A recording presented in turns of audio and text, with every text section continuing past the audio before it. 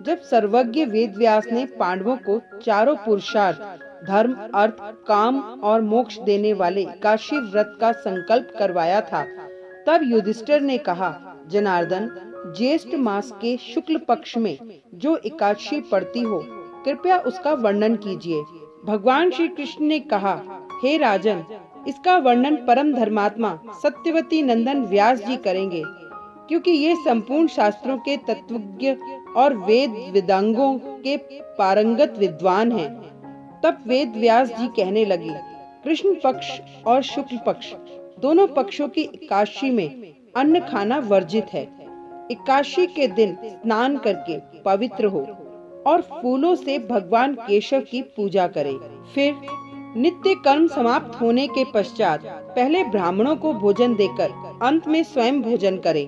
भीमसेन व्यास जी से कहने लगे कि हे पितामह, भ्राता युधिष्ठिर, माता कुंती, द्रौपदी, अर्जुन, नकुल और सहदेव आदि सब एकादशी का व्रत करने को कहते हैं, परंतु महाराज, मैं उनसे कहता हूँ कि भाई, मैं भगवान की शक्ति पूजा आदि तो कर सकता हूँ, दान भी दे सकता हूँ, परंतु भोजन के बिना नहीं रह सकता। इस पर व्यास जी कहने लगे कि हे भीमसेन, यदि तुम नरक को बुरा और स्वर्ग को अच्छा समझते हो, तो प्रति मास की दोनों एकादशियों को अन्न मत खाया करो। भीम कहने लगे कि हे पितामह, मैं तो पहले ही कह चुका हूँ कि मैं भूख सहन नहीं कर सकता। यदि वर्ष भर में कोई एक ही व्रत हो तो वह मैं रख सकता हूँ, क्योंकि मेरे पेट में वक्र नाम वाली अग्नि है, सो मैं भोजन किए बिना नहीं रह सकता।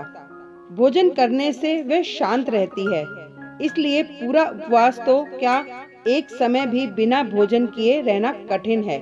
अतः आप मुझे कोई ऐसा व्रत बताइए जो वर्ष में केवल एक बार ही करना पड़े और मुझे स्वर्ग की प्राप्ति हो जाए। श्री व्यास जी कहने लगे कि हे पुत्र, बड़े बड़े ऋषियों ने बहुत शास्त्र आदि बनाए हैं, जिनसे बिना धन के थोड़े परिश्रम से ही स्वर्ग की प्राप्ति हो सकती है।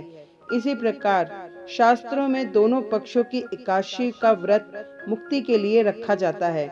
व्यास जी के वचन सुनकर भीमसेन नरक में जाने के नाम से भयभीत हो गए और कांपकर कहने लगे कि अब क्या करूं? मास में 2 व्रत तो मैं कर नहीं सकता। हाँ, वर्ष में एक व्रत का प्रयत्न अवश्य कर सकता हूँ। अतः वर्ष में एक दिन व्रत करने से यदि मेरी मुक्ति हो जाए तो ऐसा कोई व्रत बताइए।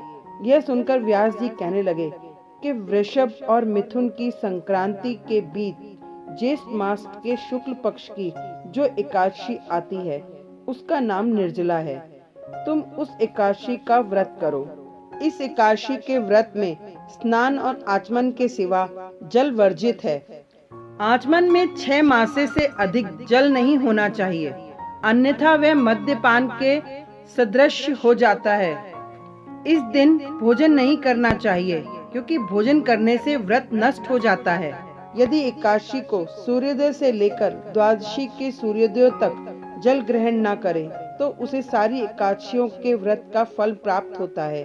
एकादशी को सूर्योदय से पहले उठकर स्नान आदि करके ब्राह्मणों को दान आदि देना चाहिए। इसके पश्चात भूखे और सत्पात्र ब्राह्मण को भोजन कराकर फिर आप भोजन कर लेना चाहिए। इसका फल पूरे एक वर्ष में संपूर्ण एकादशियों के बराबर होता है। व्यास जी कहने लगे कि हे भीमसेन, वह मुझको स्वयं भगवान ने बताया है। इस एकादशी का पुण्य समस्त तीर्थों और दानों से अधिक है। केवल एक दिन मनुष्य निर्जल रहने से पापों से मुक्त हो जाता है। जो मनुष्य निर्जला एकादशी का व्रत करते हैं, उनकी मृत्यु के समय यमदूत आकर नहीं घेरते, वरन भगवान के पार्षद उसे पुष्पक विमान में बैठाकर स्वर्ग को ले जाते हैं। अतः संसार में सबसे श्रेष्ठ निर्जला एकादशी का व्रत है, इसलिए यत्न के साथ इस व्रत को करना चाहिए। उस दिन ओम नमो भगवते वासुदेवाय मंत्र का उच्चारण करना चाहिए और गौदान करना चाहिए। इस प्रकार व्यास जी की आज्ञा अनुसार भीमसेन ने इस व्रत को किया। इसलिए इस एकादशी को भीमसेनी या पांडव एकादशी भी कहते हैं। निर्जला व्रत करने से पूर्व भगवान से प्रार्थना करें कि हे भगवान, आज मैं निर्जला व्रत करता हूँ, दूसरे दिन भोजन करूँगा। मैं इस व्रत को श्रद्धा पूर्वक करूँगा, अतः आपकी कृपा से मेरे सब पाप नष्ट हो जाएं। इस दिन जल से भरा हुआ एक घड़ा वस्त्र से ढककर स्वर्ण सहित दान करना चाहिए। जो मनुष्य इस व्रत को करते हैं उनको करोड़ पल सोने के दान का फल मिलता है, और जो इस दिन यज्ञादि करते हैं उनका फल तो वर्णन ही नहीं किया जा सकता। इस एकादशी के व्रत से मनुष्य विष्णु लोक को प्राप्त होता है। जो मनुष्य इस दिन अन्न खाते हैं वे चांडाल के समान हैं, वे अंत में नरक में जाते हैं। जिसने निर्जला एकादशी का व्रत किया है वह चाहे ब्राह्मण हत्यारा हो, मदपान करता हो, चोरी की हो या गुरु के साथ द्वेष किया हो, मगर इस व्रत के प्रभाव से स्वर्ग जाता है। हे कुंती पुत्र, जो पुरुष या स्त्री श्रद्धा पूर्वक इस व्रत को करते हैं उन्हें अग्रलिखित कर्म करने चाहिए। प्रथम भगवान का पूजन, फिर गौदान, ब्राह्मणों को मिष्ठान व दक्षिणा देनी चाहिए तथा जल से भरे कलश का दान अवश्य करना चाहिए।